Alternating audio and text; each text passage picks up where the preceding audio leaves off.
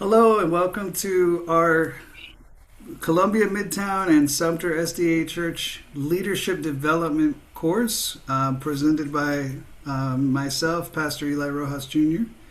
Today is our first class, and we're going to be going through the introduction to Christian leadership.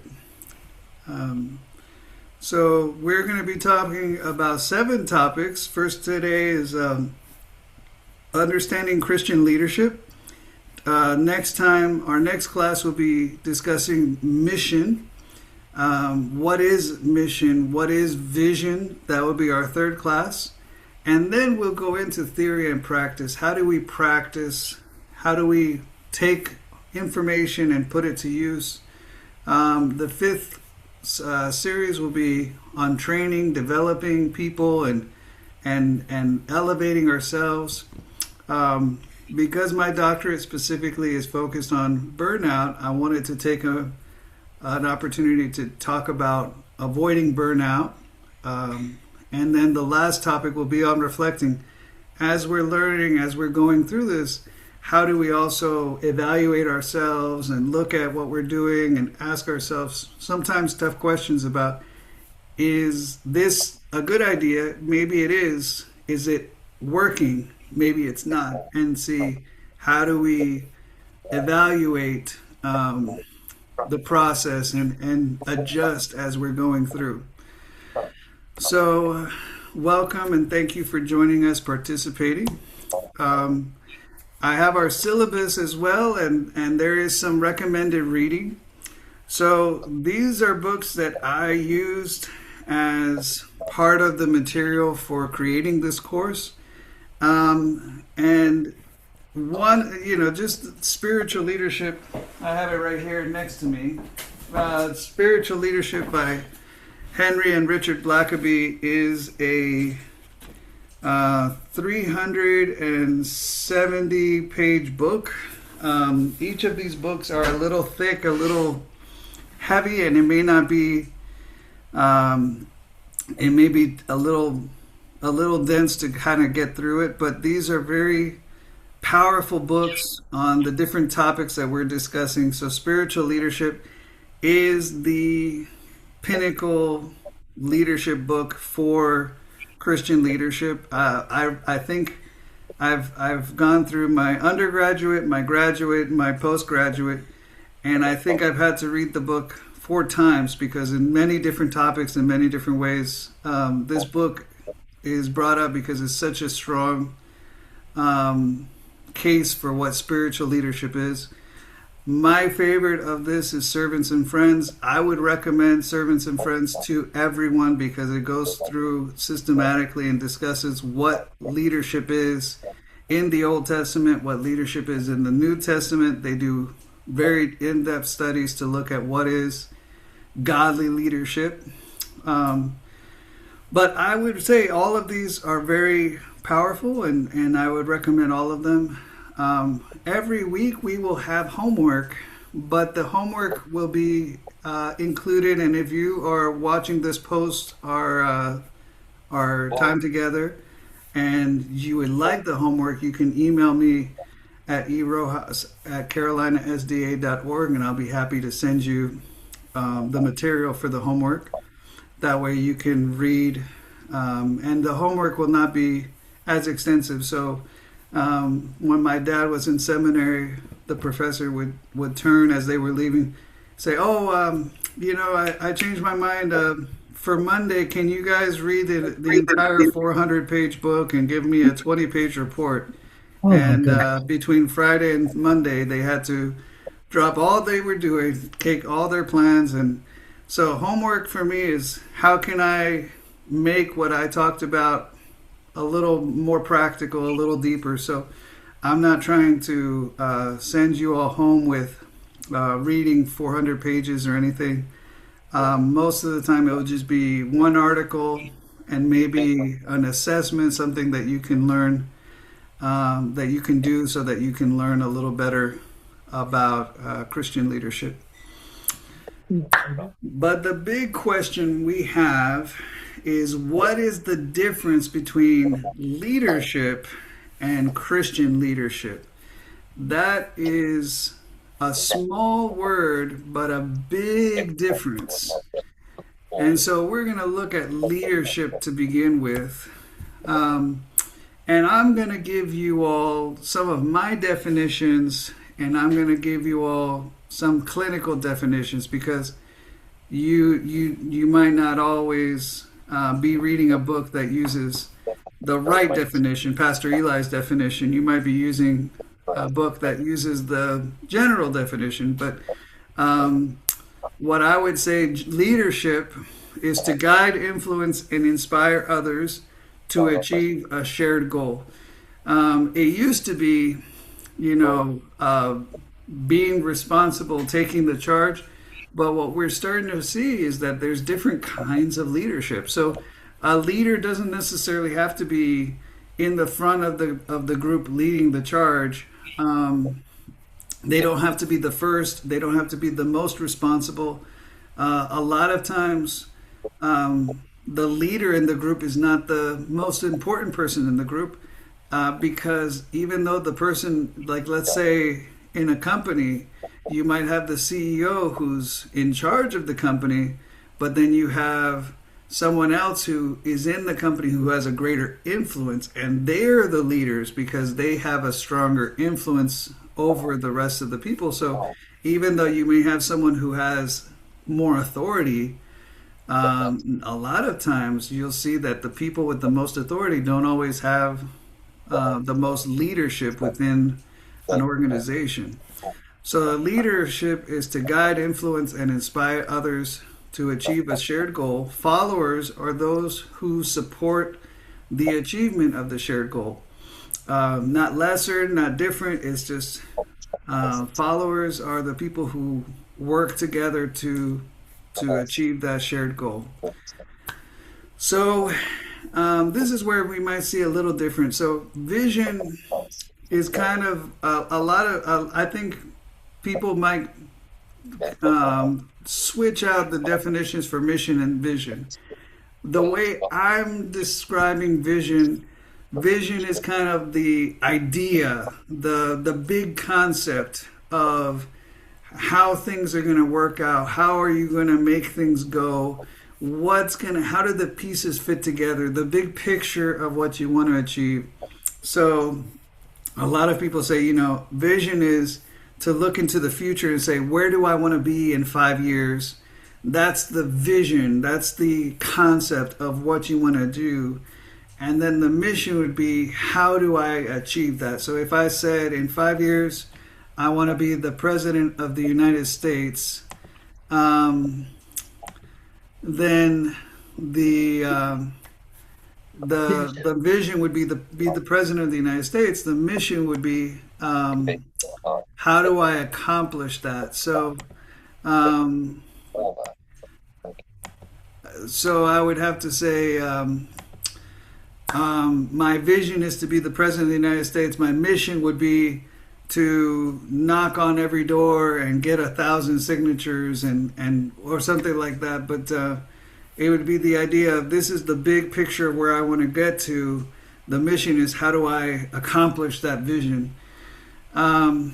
So I would say the mission is our shared goal, is what we're doing together. So I would say, okay, my vision for the church or my vision for our group would be to become a leader in our community.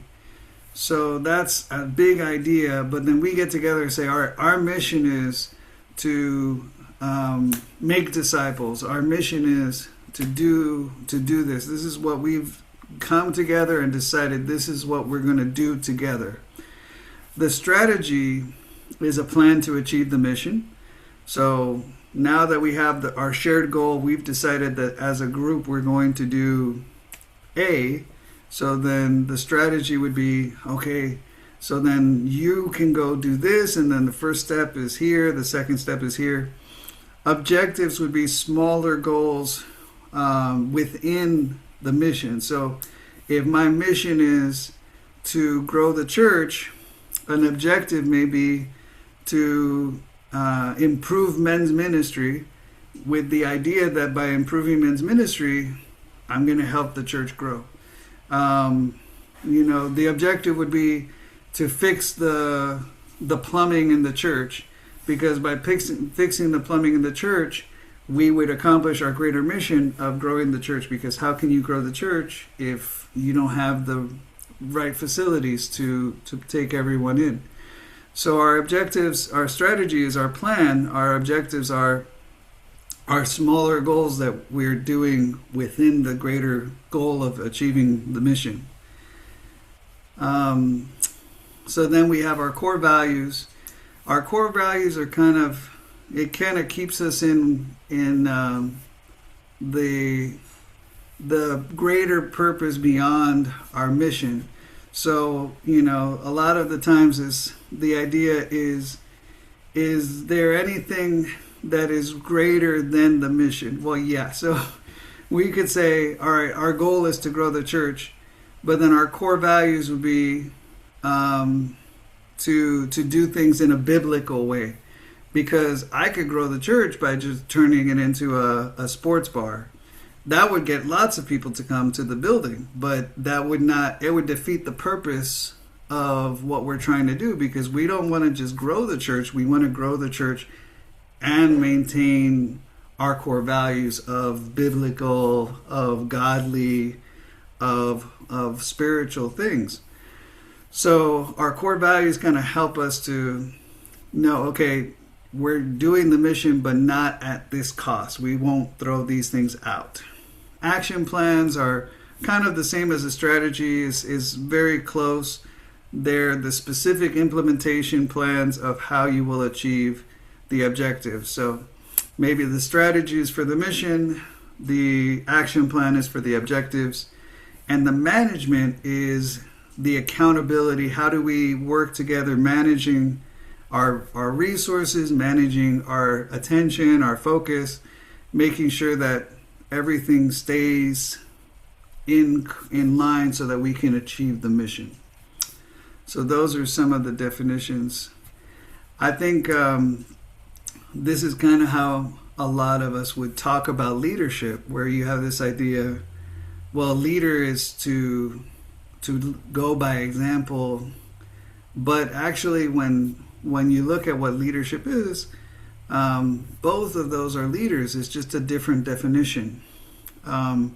So you say, well, the boss is the one who tells you what to do and sits behind the desk. That's a kind of leadership. The leader is the one who goes in front. Well, that's a kind of leadership. But both of those are styles. They're not necessarily good or bad. It really depends on what the mission is, how the mission comes together. So this is a little bit, you can unmute yourself and respond. What would you say are your top characteristics? Just give me one out of all of these that makes a great leader. That this is what, if you want to be a great leader, then you gotta have this qualification. Any thoughts or comments? You can unmute yourself and let me know. Okay, I'll do it. Go ahead, Sister Omega. I was going to say, I think you have to be accountable. You have to be accountable. Accountability. Yeah. That's an important one, because, good or bad, if you're not accountable, that's a dangerous quality in a leader, to say, you got to accept everything I do and don't ever call me to question for any of my actions. You should be responsible, accountable. So definitely, Sister Jeanette? I think being wise is one as well. Wise is good. Wise, positive. Positive, yeah. Empowering. That's very good. Empowering. You want, so I can't help but go into sports. You got players who are talented, but who don't make anyone better around them. And then you have players who, when they join a team, maybe they're not the most talented, but they elevate all the other players around them. So More often, it's not so much the talent as it is the empowering player that is the most achieving, that accomplishes the most. Sister D. I would think clear communication would be very big. Oh, wow. And that's one of the ones that maybe is um, underrated, but that makes such a big difference. Mhm. When you're working with the team, having good communication, knowing what's going on, how things work together, um, that is often way more important than decision making. It's very easy to make decisions, but for a leader to communicate well can make so much of a difference when you're working with other people, knowing and understanding one another, and having that. It takes it away from being you do to let's work together, let's cooperate. So clear communication is a very, very important one. I think thoughtfulness and integrity should be at the top of the list. Thoughtfulness, that's good, very good, very good. And Integrity, integrity. Oh, yeah. Go ahead. courageous. Courageous, that's a powerful one. I think that's one of the characteristics of those leaders that we'd like to talk about in those historic moments. Abraham Lincoln and those generals and people that in their moment of challenge stand up and don't shy away from the fight that they have before them. Because there is a sense of, mission leadership, it kind of has a battle element. There is things that are complicating your work, and if you're not courageous, it really makes it hard to lead and to be strong and to accomplish those goals. I'm surprised no one said charisma. So charisma is one of those Inclusive. that I think people won't identify, but we look for in our leaders, don't we? Pastor Yes. Eli, Yeah, you don't want them to be boring and Monotone. monotoned. Yeah. Mm, You want I them hear to be also you want them to be inclusive. inclusive. That's when yeah, exactly. I don't think I put that on the list, but that's a very important one. what about adaptability? Adaptability. Because I I think think that's important because, I think a lot of plans fail because the leader is not willing. It's like, well, this is what we decided we were going to do. It's like, well, that was good, but then the circumstances changed, and you have to be able to shift. You have to be able to move and adapt. right for a leader, he should be able to change, uh, become adaptable to lead wherever it takes him positively.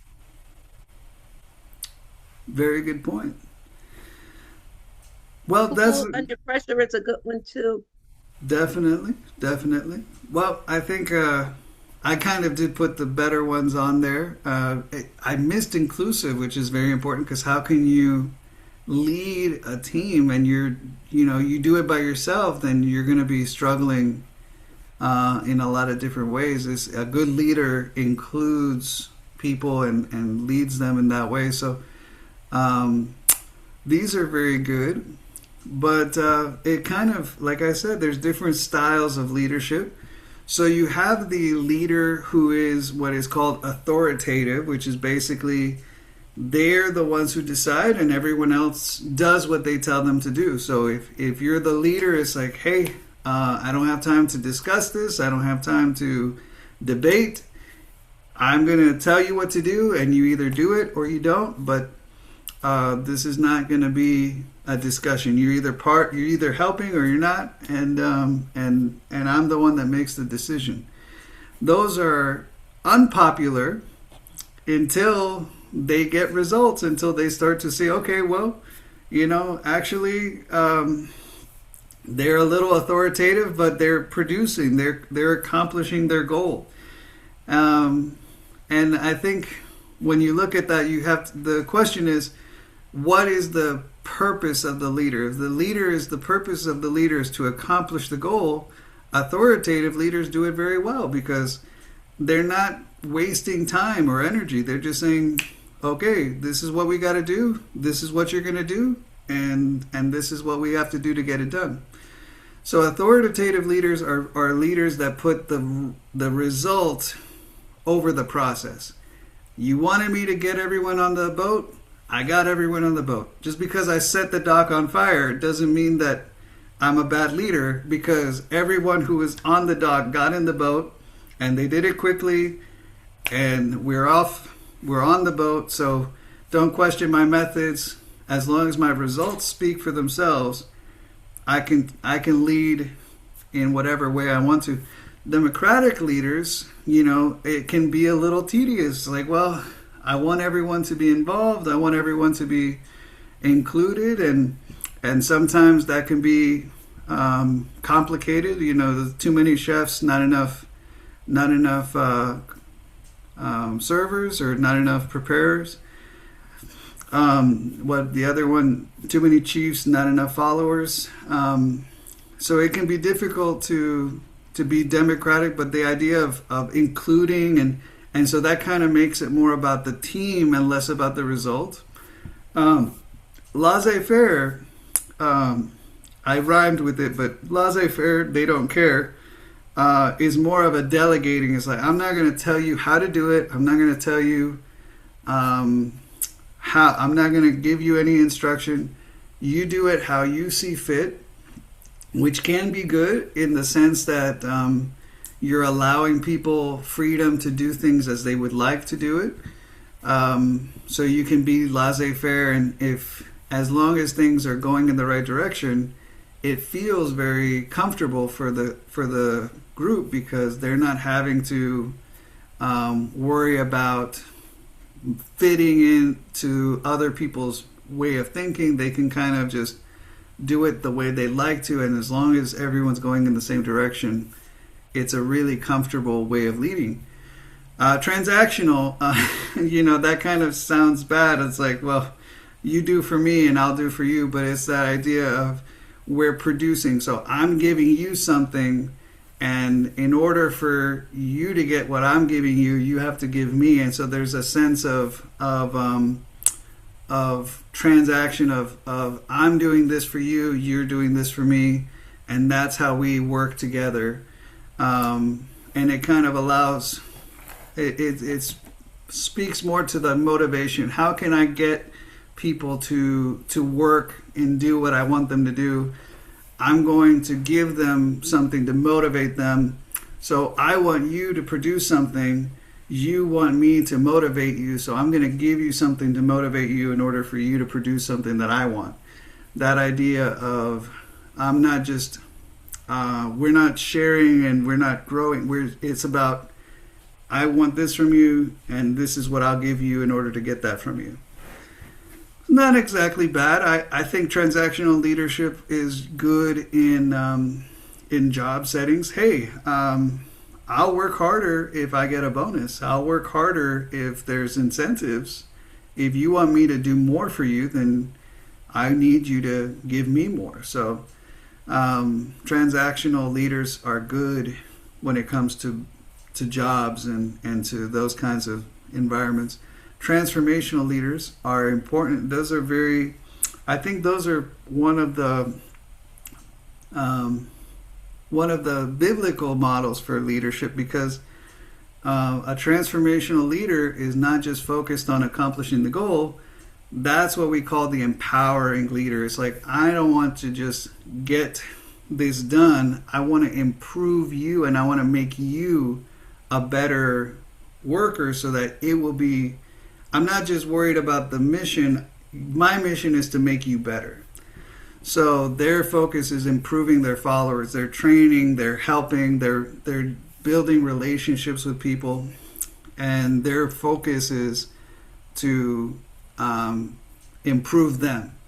Visionary is someone who's very dreamer. Is all about the plan, about the the concept. They're the ones that kind of help people think outside of their box. It's not just about what we're doing, but what could we be doing? How can we go further? How can we go bigger? How can we achieve more? So those kinds of visionary that can think outside of the box and push the group beyond our current limitations. A charismatic leader is a very popular leader. I think that's where we know, but our hearts pull us in another direction.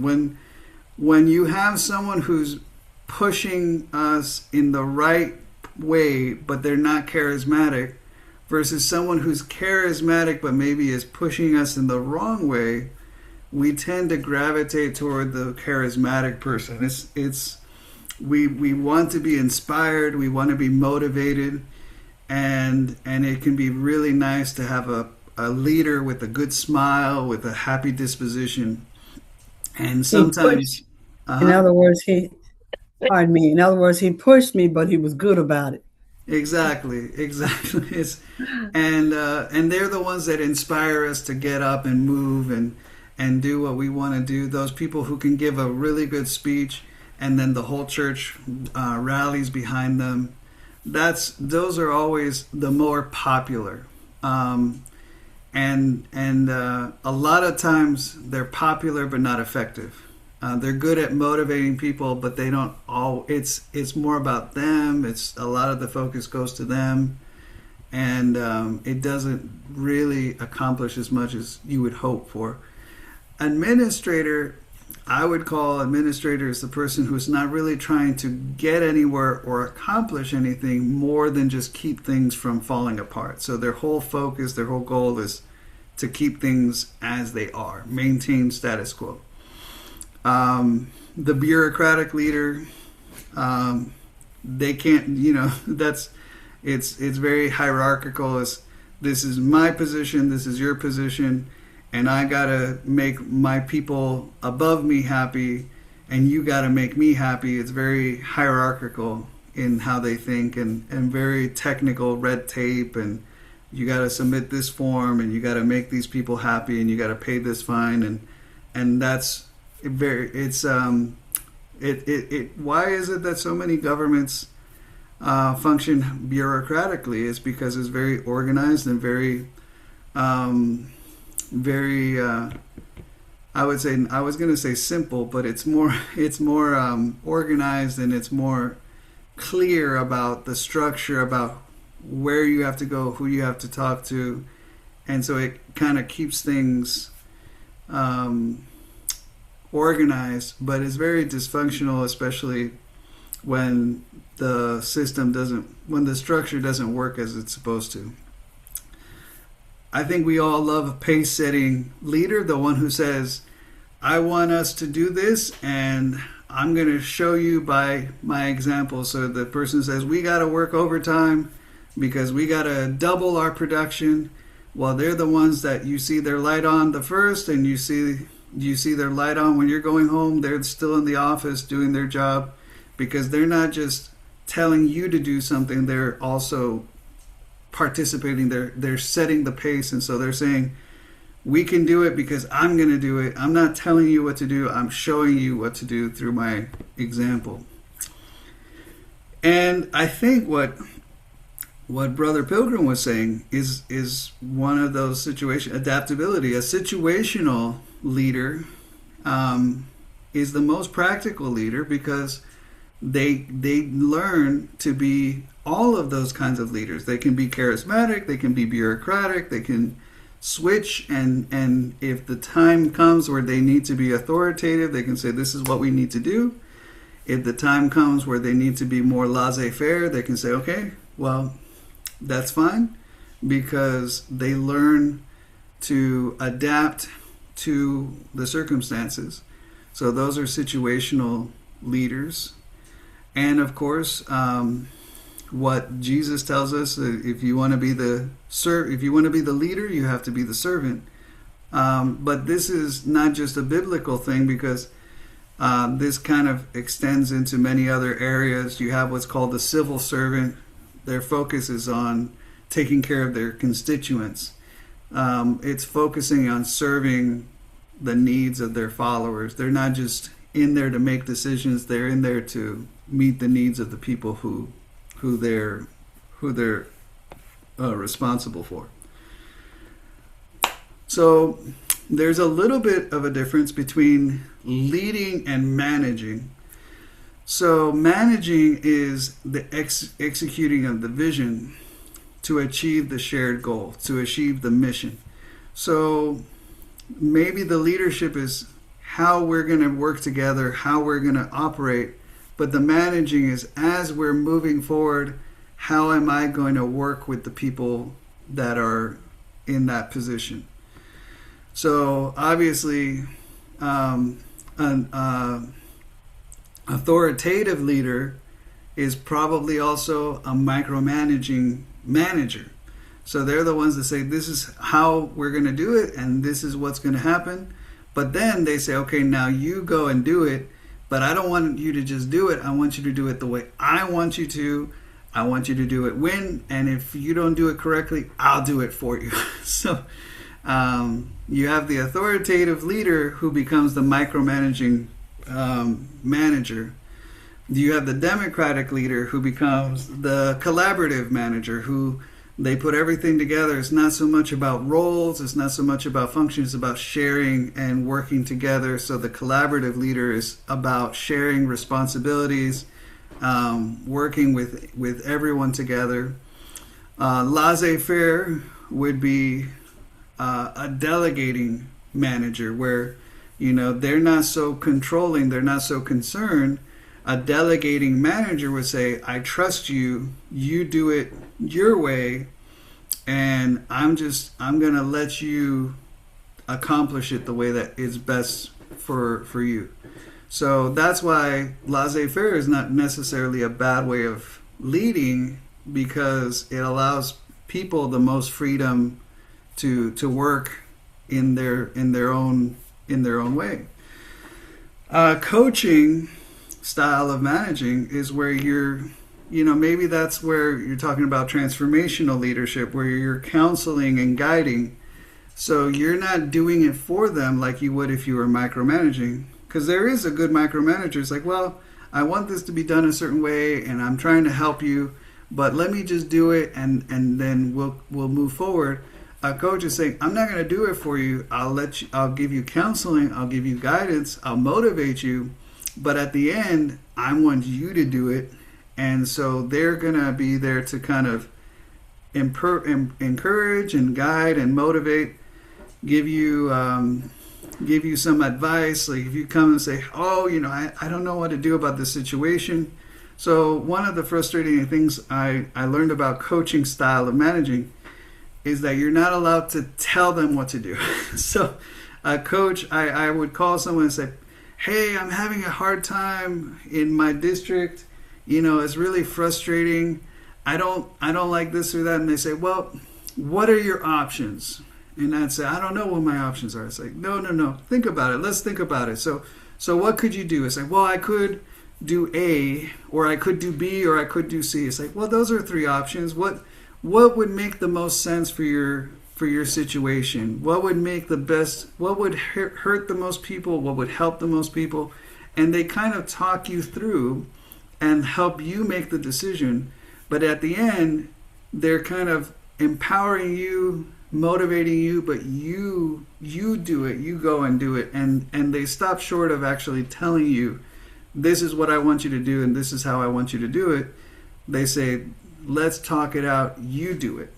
Of course, the servant focuses on meeting the team needs. So they're worried about, they're more worried about the people who are working than they are about the work. They're saying, how can I meet your need? How can I make sure you're not overworked? How can I make sure you're not stressed out?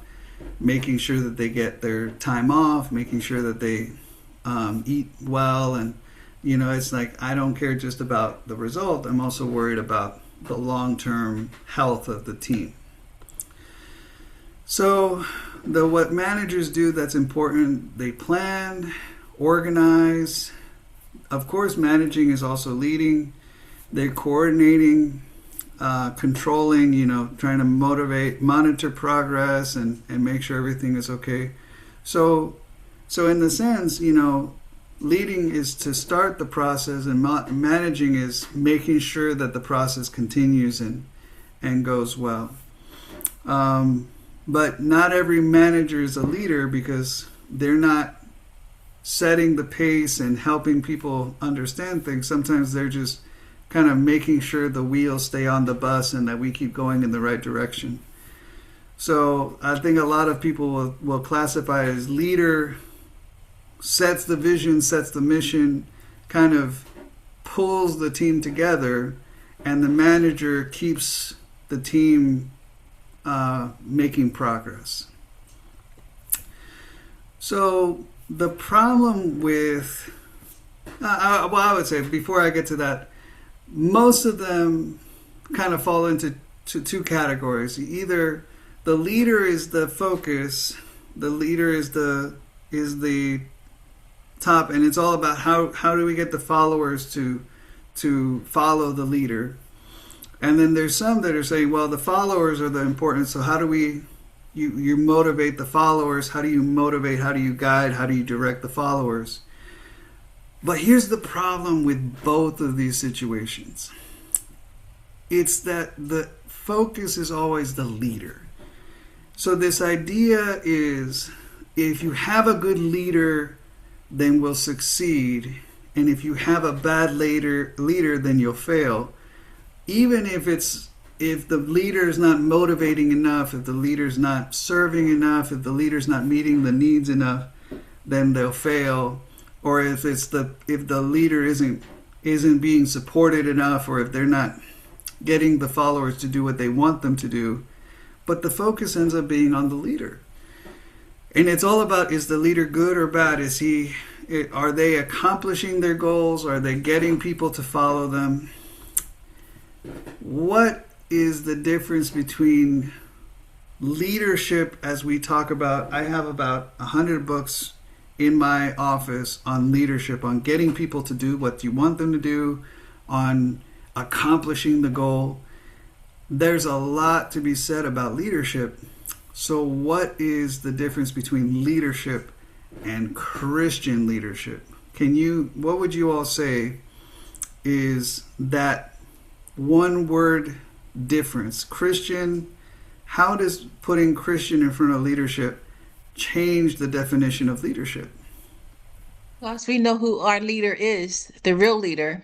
Exactly. That's almost entirely the difference. So instead of it being about the relationship between the leader and the follower, Christian leadership is about our cooperation with God. God is the leader. God is the one who is setting the mission. He's the one that's casting the vision. He's the one that's leading us. The leader becomes more of the manager. It's more about, I'm conveying the message. I'm telling people what God is, how God is working and what God is doing. And the followers are not so much followers. Remember what Jesus says, I don't call you servants, I call you friends. You're not just doing what I'm telling you to do. We are working together as a team. The leader is not the higher up. The followers are not the lowly peasants.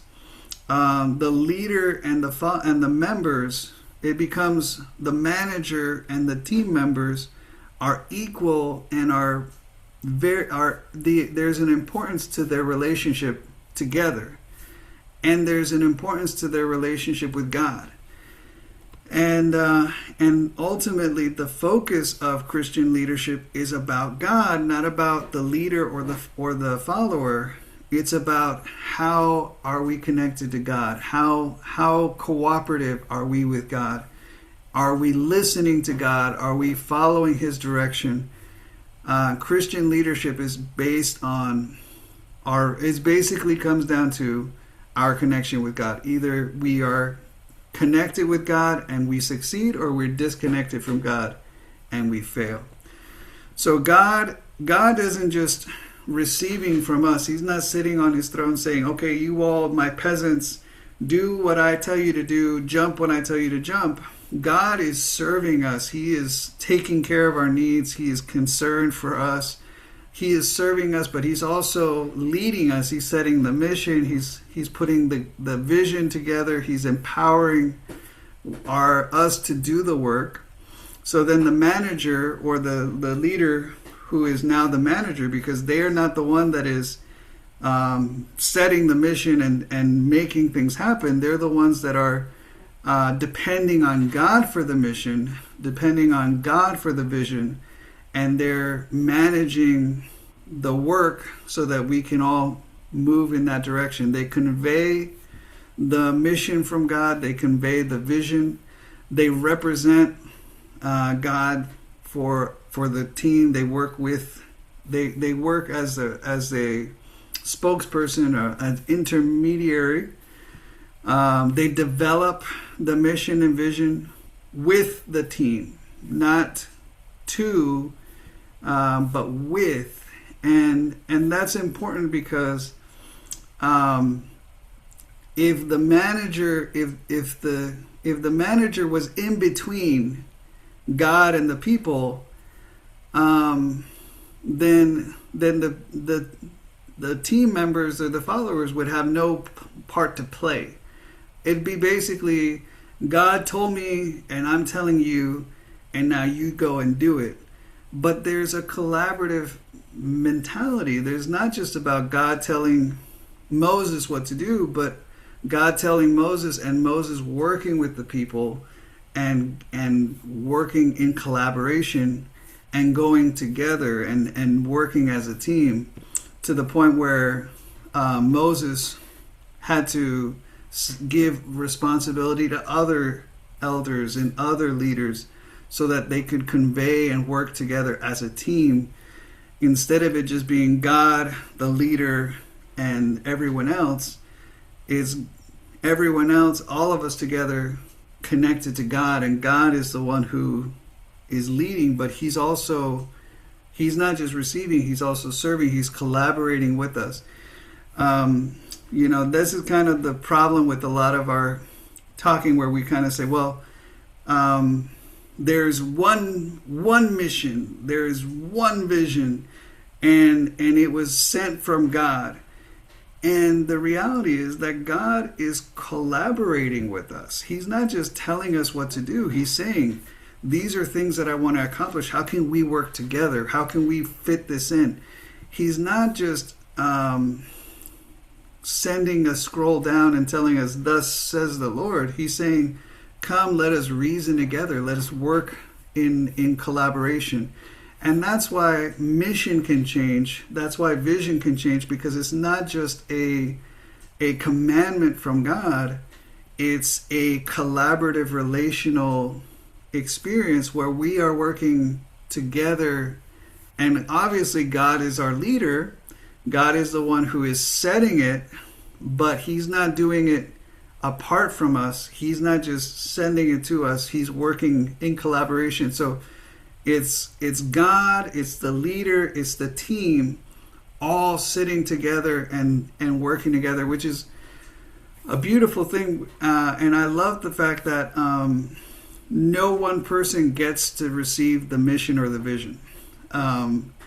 If there's ever a person that says, this is the mission that God has given, and there's no debate and there's no discussion and we're just going to do it, be very afraid of that, because that person is not doing things God's way.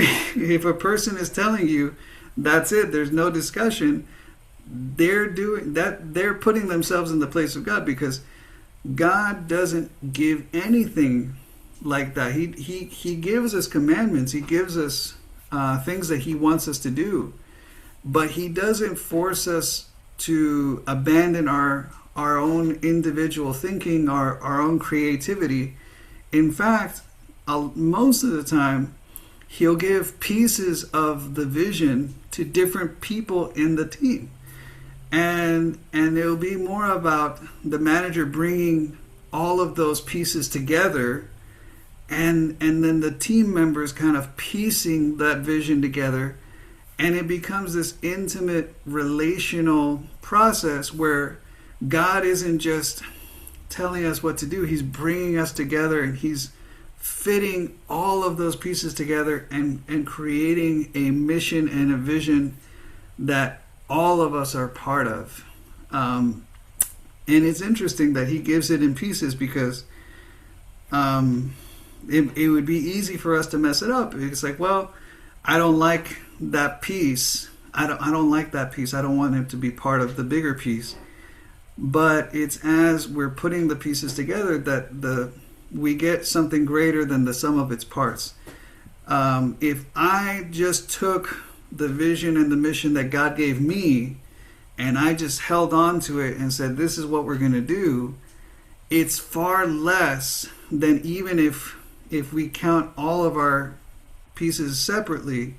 When we put them all together, something greater takes place that's even better than every individual piece apart from each other. So that's the difference in what God is calling for us to be. He's not calling for us to be in a hierarchy where it's all about who's in top and who's in the bottom. He's calling us to fit our pieces together and to connect with one another, to relate to one another, and to work this mission and vision as a group, not just as individuals. So the team members contribute to the vision, they contribute to the working, to the managing, to the process of getting this accomplished. And there's a respect for the manager, because it's interesting. God gets very, very, very angry when someone attacks the manager. So if Moses is not the one who's casting the vision, and he's not the one that's doing it, then he's not the leader, he's the manager. He's the one that's implementing the vision that God has. And they're very angry with Moses on many occasions, where they're like, you're not fit to be the leader, you don't deserve to be the leader.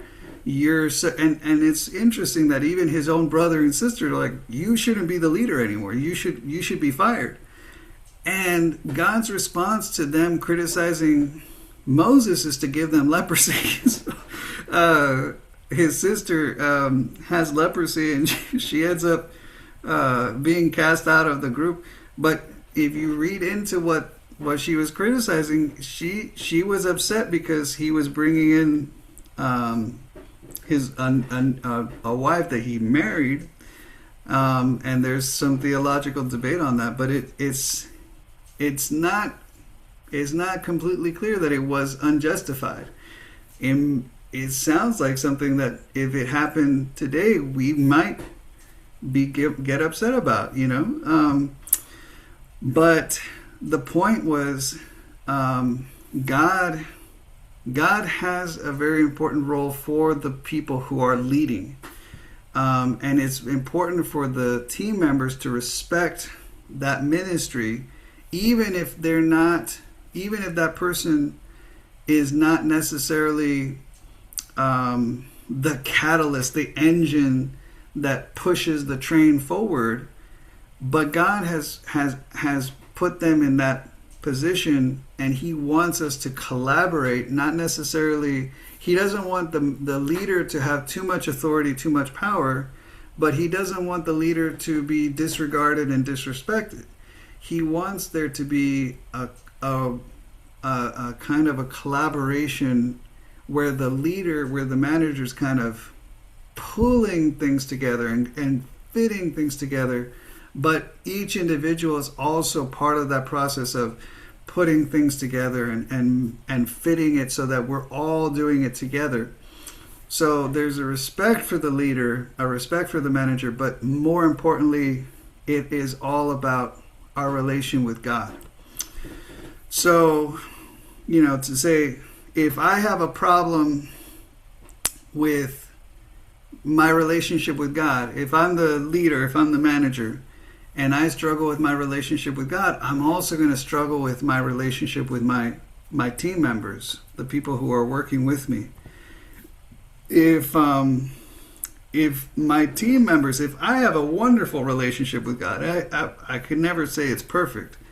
If a person has a wonderful relationship with God, and yet they're struggling and yet the team members have a hard time in their relationship with God, then that also causes friction with the working between the leader and the team members. It's only as the team members and the leader are working in harmony with God that we can work in harmony with one another, and that allows us to be in the optimal model for accomplishing the mission. So God creates the mission, God guides the vision, we receive the mission, we direct the vision, we direct the execution, the managing the execution. The team members receive the mission, contribute to the vision, and execute the vision. So what we see is very clear when we look at leadership models in the Old Testament, in the Bible. You have a situation where Moses and Joshua, the leaders, are following God's mission perfectly. Israel is kind of okay, but they're grumbly, but they at least do what they said. So there's a bit of a harmony between the leaders, God, and the people. When you get to Judges, you see that the leaders are following God's mission for the most part. So I think of someone like Samson. Was Samson a good judge? He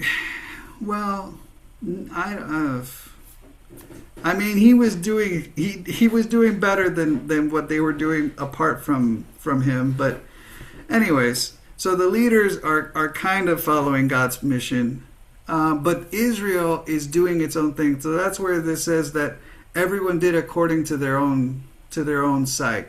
So basically, the leaders are in line with God, but everyone else is doing their own thing. And that's why Judges is such a hard book to read, with all the bad things a lot of the evil that takes place is because people are disregarding the leader or God. When you get to Kings, the leaders are following their mission, and Israel is disregarding God, but they're regarding the leader. And a lot of pain and suffering takes place in that situation as well. And then in Acts, you finally have it where the leaders and the members are united in mission and service through the Holy Spirit. And that's where you see God's true intention for how Christian leadership should look. So we're going to pause here, and we're going to continue at the next lesson. But I will give you all the homework for this week. Giving you away all the extra information. But our homework for this week, so it would be to read chapter 21 of Servants and Friends, to do the leadership self-assessment, see what kind of leadership style you have. There's only 3 categories. It's basically authoritative, democratic, or laissez-faire.